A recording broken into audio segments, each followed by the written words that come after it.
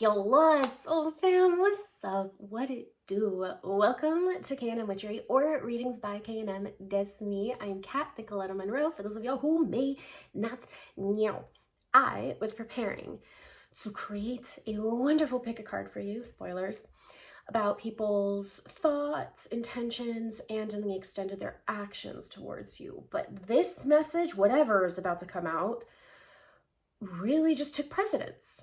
I had to halt any sort of creations and get this message out to y'all. So I'm excited to learn a little bit more of how this resonates with you. Let me know with a like or a comment down below as soon as you know.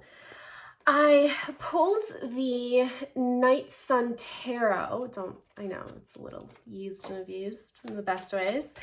And the fucking High Priestess flew out. Number one, this is a signifier for me to proceed and deliver any messages that are looming. But number two, I think that's the manifestation of someone, in fact, coming in and delivering something out of the woodworks. It's like secrets are being spilled. Someone has something to tell you. It could be a thanks. It could be an apology. But it's something that someone has refrained from doing for like the longest time. I just heard I didn't want to bug you. What's this about? Let's find out. Now it must be Mercury retrograde because I keep channeling into doing spiritual check-ins for y'all soul fam, and y'all just got other people on your minds, you know? So our ego likes to play tricks on us around these times. This is another reason why so many people tend to like reach out in around Mercury retrograde season, because all of that intellect turns into our heart space and we start moving and actioning based on impulse more than we actually do on thought. That also being said, you're more likely to pick up on these types of energetics more frequently. Like these are the kind of times where you could literally have someone on your mind and then that day or the next day they pop up and you're like, bruh, like, what? Like it's one of those things because we're all more so connected intellectually through our heart space that we're able to telepathically pick up on the resonances that people hold, right? So it's a really cool thing about connection and telepathy that perhaps maybe people misunderstand. It's not always like you hearing literal thoughts. It's you being, it's like telepathy. Telepathy. You know, where it's like you feel and you have the sense of knowing, you understand. And then out come the actual manifestations thereof. Now, the Ace of Pentacles in reverse, because I'm not getting any more cards, that keeps coming out. Sorry, I was going to say there are no cards that are coming out, but every single time I shuffled and looked at that, the Four of Wands came out. This is my commitment card. It is also a twin flame card if y'all ride with that. More on all of that later. But the Pentacles in reverse, someone may feel as though they lost their chance with you. Like a seed was not planted, right? Because oftentimes I refer to the Ace of Pentacles in the upright as a seed being planted, something that is ready to grow and be nurtured through time and consideration and perhaps maybe changes, some hard work, physical, human labor and experiences, right?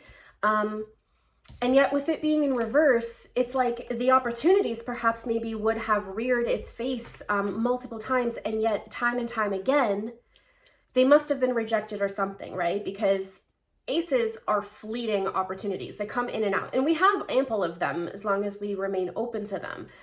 Although sometimes the door eventually closes on a repeat opportunity, right? So this person essentially kind of feels as though they've lost some sort of a chance with you. And perhaps maybe it could be a lot of the reason why there seems to be such a longevity as far as like a desire to reach out or something. Perhaps maybe you've had this person on your mind, soul fam, yourself, or you are the one that wants to reach out and like talk to someone, connect to someone, apologize. I don't know. There's something about there's like a thanks and apology. It's like an interesting mix there. But you could have very well had this like inkling, this niggle, if you will, that is like, this person owes me something. They're going to reach out. They keep writing and deleting messages, right? Like we're all intuitive in our own special ways. So again, you may have already this pull. So you're receiving telepathic messages, and perhaps maybe this person thought that that could be enough. Perhaps they know how intuitive you are, okay? I mean, with the High Priestess out here, you can't really hide anything from her. She'll never show you either. If she doesn't want you to know what she knows, stone face. Very secretive, very wise. She works more with the intuitive realm than the physical realm, right? These are where you work with your spirit guides more often. You have a personal accessibility to information that perhaps maybe those in the human experience lack because they're not trusting of it, or they're really confused or fearful, or da-da-da-da. Like, we can open up the reasons why, but you tuning in still here, hello, hi, give it a like and subscribe, please, because your energy is freaking awesome. I love the power behind this. You have a big trust in your intuition. And there's something about you, I don't know, it's getting a little cheesy, but it's like you have somebody's heart like locked up, you know? It's like there's no escaping this. Now, the thing is with the Four of Wands, right? I had mentioned this could be a twin flame card. This could also just be a union card in general. It's a marriage card. It is giving you your all in order to create a sense of stability. And wands are spiritual, they're fire. So again, this is something kind of like that's happening in the ethers and definitely not in the grounded moment, but they are, whoever they are to you, they are really thinking about communicating with you, but there's just something about a lost opportunity. Let's dig a little bit more into this. What is this apparent lost opportunity? Let's go with that. Cards out on the table. We have Temperance, as well as the Ten of Pentacles. Now, I keep hearing in reverse, in reverse, in reverse. So it could very well be, like, these cards in my mind's eye are spinning. Okay. Heart space. Ay, ay, ay.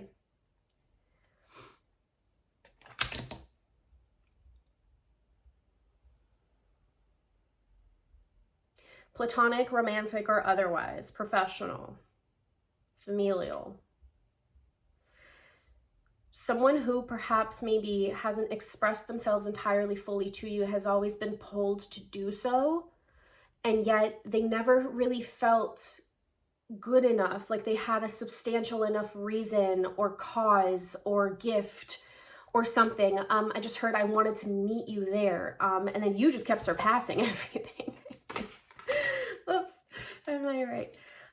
But the reason why like these energies keep spinning is, again, this in and out window of opportunities that as soon as an opportunity came up, they didn't really feel worthy enough. And then when they did feel worthy enough, oop, their intuition said, nah, now is not the right time. And it just kept rotating like that. Y'all feel what I'm saying here? Cool. So that could very well be those missed opportunities to answer that question. It's both psychological and spiritually guided. So what's the outcome? What's happening here? Strength. And it fell right onto the High Priestess. I think some people are really truly noticing who you are.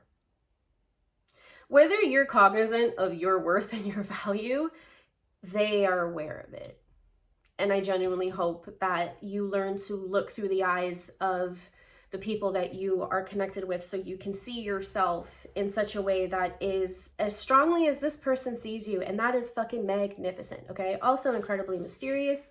Probably someone that chooses more so seclusion than perhaps maybe connection, just because your connection is already so deep. I get it. Holding on. Yeah, I can't even speak. Holding on to this High Priestess energy.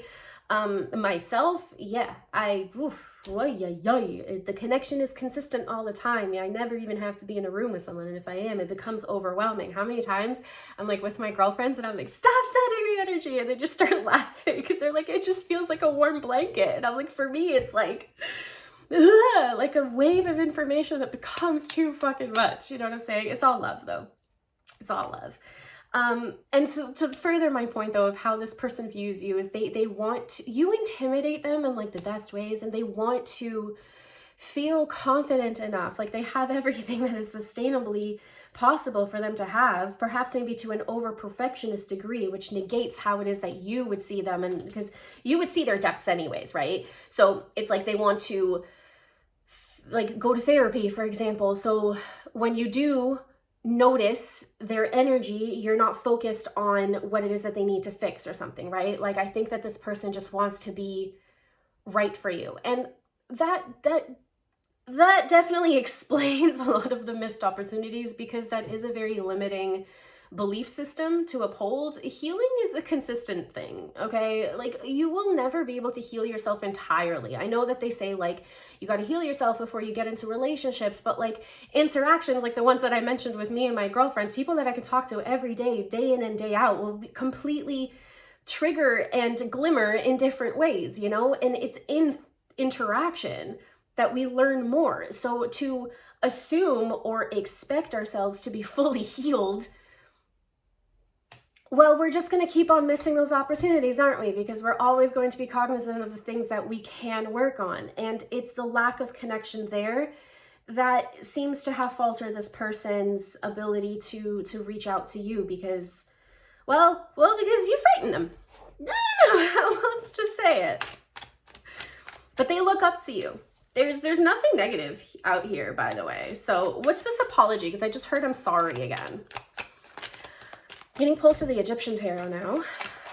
By the way, if I ever forget to mention what kind of decks I use, I always write them out down below, okay, in case you're ever interested. My collection's forever growing. We have the Emperor as well as the Queen of Cups.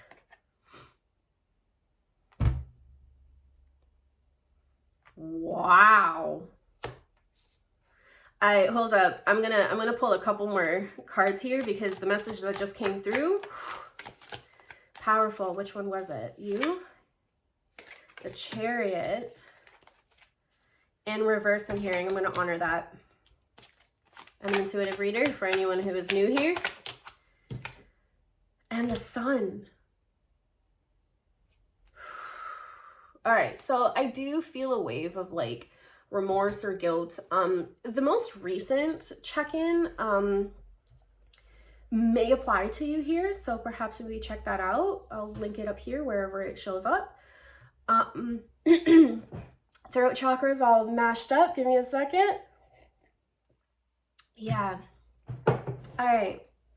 Platonic, professional, romantic, whatever, okay? Y'all take this as it resonates. Always remember it is a YouTube video after all. If you want something clear and concise, canamwitchery.com, babes. With the Emperor and the Queen of Cups, this person, this might be harsh to hear, this person once saw you as someone that perhaps maybe is of lesser value to them. Like the love, like say this person, however it is that you connect with them, were at a managerial level, or they had more structure, like more finances perhaps, maybe they had a deeper knowing of who it is that they are, right? Like there's something that they had that you lacked at that time. They didn't see your value. They saw themselves as the Emperor and yourself as the Queen of Cups. Now, there's no disrespect to the Queen of Cups, okay? But this is someone whom has love to give, has nurturing to give, has intuition to give. And they were like, yeah, but I'm building. I'm all the way up here. Like, is this enough? Is love enough? And perhaps maybe for some reason it wasn't, because when the Chariot came out and I was told to reverse it, this is a lack of movement forward. This is a halt.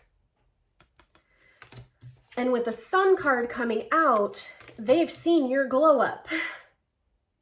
So now imagine, this is all coming for circle.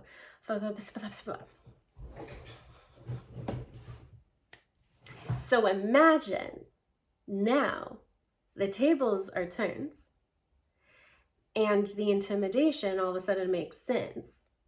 Because when they once viewed you as something lesser than, okay, if there's any levels and layers to this stuff, let's imagine there is. You surpassed that, and perhaps maybe they went up a little bit too, but you just kept skyrocketing. You became the fucking high priestess. All of this intuition, all of this love magnified, hardened, secured, and protected you, elevated you, that now even the emperor is humbled. Woo! I am so proud to connect with my soul fam. Honestly, these are the kind of readings that I fucking love, all right? Because, like, I understand what it feels to be oppressed, feeling as though you can't express, or that you're doomed to be crazy or alone, or any of these silly limiting beliefs that people have projected and conditioned us, and fighting past that and feeling so fucking strong to the point that, like, and this is never in a form of like revenge, at least that's not the way that I ever see it, but like it's crazy to notice that once perhaps maybe people that you looked up to are now looking up to you. Like, they underestimated you. And the fact that I'm connecting to y'all, like, this is my soul fam, shoo, I see you. I hope you see yourself too.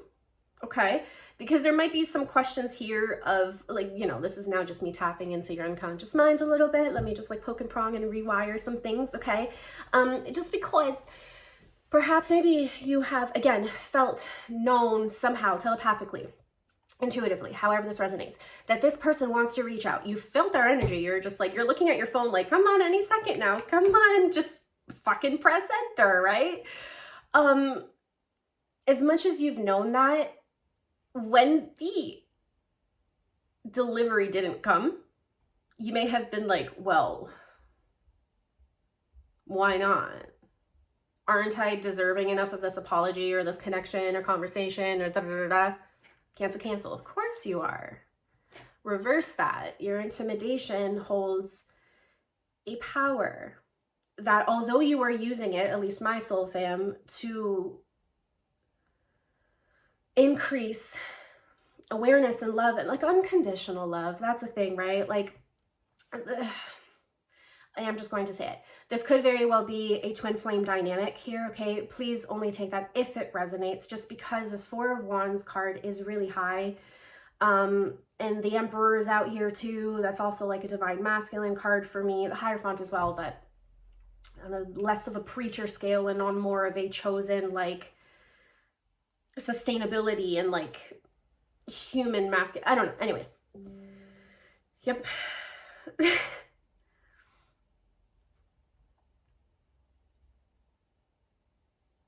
Someone could feel as though you are their equal, and that in its own creates a whirlwind of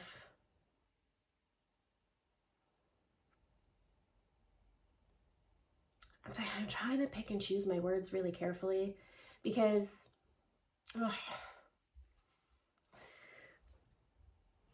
the resistance is real. I ain't even gonna cut any of this out. Look, this whole twin flame stuff, right? I do have a video coming out that will explain everything that I know about twin flames, and it is going to be slightly, a lot controversial to what's out there right now, because I look at it from a wholesome perspective. I do not believe that your soul is split in two, calling yourself divine. I mean, the devil laughs at shit like this, like that. Nor do I create like this dependency, right? But to take a little bit of that and base it on this reading, right? There may be such a deep connection that someone is feeling with you, and or you're feeling with them, which is probably mirrored in some way, that is creating a bit more of like a dependency, or putting someone on like a higher level and platform, I suppose, not really realizing their humanness. They're just focused on, this is my other half, this is my soulmate, this is the one, you know? And I think those kind of mental concepts could really, well, number one, it really causes people to lose opportunities like this individual may had, okay, with you, because you're putting somebody on such a pedestal that, like, just negates the purpose of connection and experiencing something as wonderful as perhaps maybe true love, unconditional love. I bring unconditional love because I believe that soulmates of a higher level, like high level soulmates, allow you to learn more about self-love, and twin flames bring about unconditional love on earth. And you are never entitled to another person. Let me just put that out there. Let me just take away that dependency on that, right? Like, this is where we confuse these types of lessons and connections on a soulful level that we may experience with other people as something greater than it possibly could be, because you take a label like twin flame and you take a label like soulmates, and one is optimally higher than the other just based on the general consensus and understanding of this, which I believe is completely skewed, because it has people fall into really neglectful, limiting behaviors and beliefs and patterns, and it negates what it's designed to teach you, and that is that unconditional love. And unconditional love also has boundaries. It has conditions set in place. Just because something is unconditionally loved doesn't mean that there aren't boundaries set in place, right? This person really recognizes that, but I think that, like, in pursuit of understanding who it is that you are to this person, and now again, of course, I'm speaking on a romantic sense. If this is more so platonic or whatever, I mean, soulmates come in different forms. Let's just put that out there. But there is some sort of like an energetic hierarchy that this person has placed on you. That, well, I mean, although entertaining, toxic. You know what I'm saying? Anyways, my rant is over. Hopefully y'all are still here.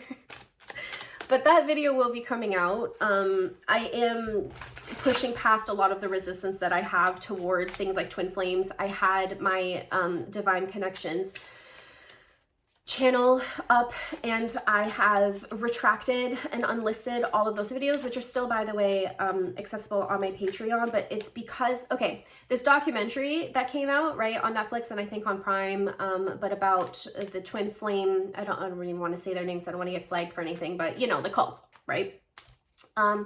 It brought out like deep awakenings into people, which I'm actually really happy for, because then people are going to stop seeing it as something that I believe is again, toxic and just dangerous. And it also showcased to me how it is that I'm to step forward, because contradictory to what I've been saying, I do believe that I am a divine feminine, although I have no idea what my divine masculine is. And for me to sit here and like call a future boyfriend or husband, whatever, like my divine masculine, like it's endearing, it's cute, but like, it's silly to me. It's silly to put someone on such a high caliber, because what we also see, okay, even in celebrities that have claimed the twin flame label, as soon as they break up or divorce, they talk shit and shit. And like, that's not how unconditional love works with twin flames, because see, if you do break up, like, you are unable to talk shit about your divine counterpart, because you inevitably hurt yourself in the fucking making. So the more that you hurt them, even mentally or verbally, or definitely they would never hurt you physically, it hurts them twice as much. It's like you're literally hurting yourself. So you unconditionally love somebody else as you would hope to unconditionally love yourself.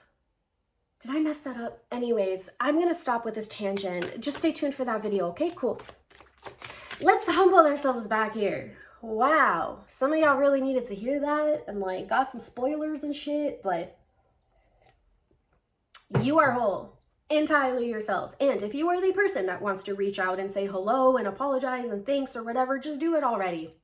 The other person's a fucking person, just like you, okay? Cool. They may be a little bit more intuitive, but you may perhaps be a little bit more intelligent in other fields and facts. You know, like, it's, hey, we all have something cool to offer that the other person perhaps doesn't, and that doesn't make anyone better or worse than the other, okay? If you feel aligned to reach out, do it already, okay? Enough of this runner chaser stuff too, okay? Like, you're only running and chasing from yourself. Hello? Yeah, can I get some more cards out? I'm gonna flip to the other deck again, because nothing's coming out here. Let's just finish with some advice here. What can my soul fam expect? Or no, let's give advice. Advice for the soul fam. I'm told to pull yet another deck out. Cool. My energy's all over the place. Y'all energy's all over the place. If this is how all my Mercury retrograde videos are gonna go, Well, damn. Let's see how that works out for us later, shall we? Messages for the soul fam, all of them? Okay. Advice for the soul fam. The Ace of Cups came out sideways, okay? It is going to be your choice and your choice alone, okay, to accept and or deny any offers that may come through, just as it is your choice to push forward and actually press send on whatever message or conversation that needs to be had, where you're basically pouring your heart, okay? You either give it empty and do nothing, or you put into it. That's the beautiful thing about free will, okay? Any sort of intuitive reading that you would ever have with me foretells the energy that you are currently aligned to, meaning if there's ever something that you don't want to occur or you do want to occur, you change it with the right types of actions and behaviors. So ask yourself what the overall outcome here is. Do you actually want a conversation with this person? Do you want some closure if you need it? Like, do you want connection? Or do you not? Like, be honest with yourself. Because I think ultimately the both of y'all in some ways, some more than other, and you know, you're all kind of kerfuffled. So anyways, yeah, the Page of Cups comes out too, and the Ten of Pentacles comes out sideways too. Like it all came out sideways.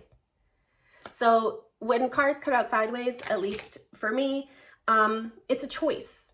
It can either go upright or it could go in reverse. And this Ten of Pentacles, repeat message. You are always going to be enough for the right people.